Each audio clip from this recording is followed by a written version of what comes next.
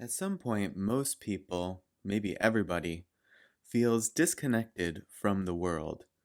But I think that there's a misunderstanding or misinterpretation of why they feel that disconnect. And so I wanted to talk about that today.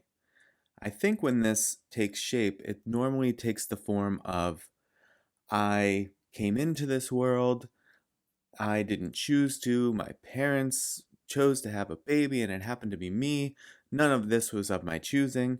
And then I get here, and I'm just thrust into this society and this economy, and I'm born in this place, and none of it was up to me.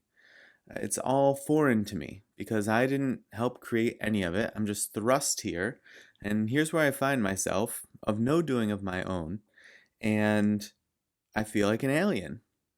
I feel like I came here from outer space. I don't recognize any of this, and it's uncomfortable, and I don't like it. I think that that's usually the gist. There may be some permutations of that, but let's stick with that for now. So, the other end of the spectrum, and the way that I think about reality, and you may know this, so I'll try to be brief.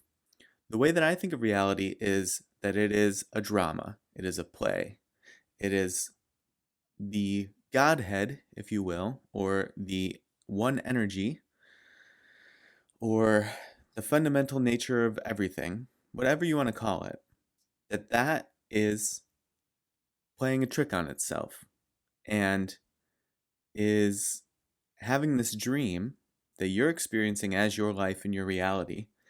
And it's doing that in order to have different experiences and to have drama and enjoyment and comedy and thrills and suspense and all this stuff. And from that perspective, first of all, you don't come into this world, you come out of it. Because you're dreaming that there's this world in which all of these things are happening. And then you need to put into that world a point of consciousness or a point from which to view the world that you've created. And you do that by peopling things into existence. Peopling people, peopling worms, peopling birds, peopling sharks, all of these things, peopling trees. Anything that's existing has this sort of point of view of consciousness. The thing that you call I, when you say, I'm here, or when you say, where are you? The I or the you is talking about a point of perspective in a time and a place. That's what I really is. And so, in this sort of framework for the universe and for reality, not only have you created the world, but you've also created your experience. And not only yours, but everyone's. Everyone's a piece of this entire puzzle and everything. And so, in that way, you aren't coming into a world, you're coming out of a world. And not only that, you aren't coming out of a world and experiencing something that you had no hand in creating. You have actually created all of it. And the purpose is to have the experience of the creation as it exists right now. As you're in 2023, or if you're listening to this in 2024, 2025, what have you, you're having that experience of this place and in this point in time. And if you were in the exact same place, but it was 300 years ago, you would be having a different experience simply because of the time setting, not because of the location. And so, in this way, again, you come out of the world, and the world that you find yourself in is one that you have chosen to exist so that you can have all of the experiences that you're going to have. And there's going to be a wide range, and it's going to be on a pretty pretty lengthy spectrum of, say, despondent on one end and exhilaration on the other end, and everything that falls in between. So in this way, you are sort of the creator of it all. Now, let's get back to the disconnect. There's still a disconnect that you can feel, but it's not because you're an alien who was plopped into a world that you had no hand in creating.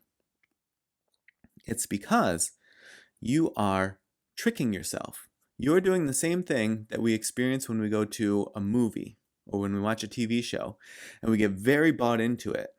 And it has physical impacts on us. We start crying, we're laughing, our heart starts racing, we get that sinking feeling in the pit of our stomach. Really great art does that to us.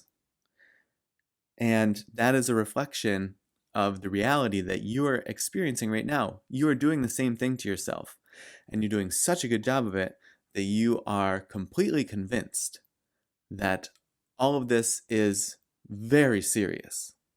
It's very important. And that is the disconnect, that there is that one small, skinny layer between truth and reality. The reality that you're experiencing is not the truth of what it really is. Because again, you are that single source of energy, or that Godhead, or whatever you want to call it, playing a trick on itself in order to have an experience. And so that's little bits of jest that's taking place is the disconnect when you start to feel like there's a lot of really important and really serious things happening in my life and in this world, and you feel disconnected from that. You say, "Oh, but I'm not really from here. This is not really me." It is really you, and you are really having this experience as a drama, as a movie on a screen, except for you're an actor inside of it. And so that is the disconnect. And so these times when you feel that you don't understand the world, it feels very foreign to you, you feel very, very alienated and alien to everything, just keep in mind, it's not because of what you're often told, but it's because you are all of it, and you are everything, all at once, and you are having to fool yourself on purpose in order to make that experience worth it. That's your disconnect.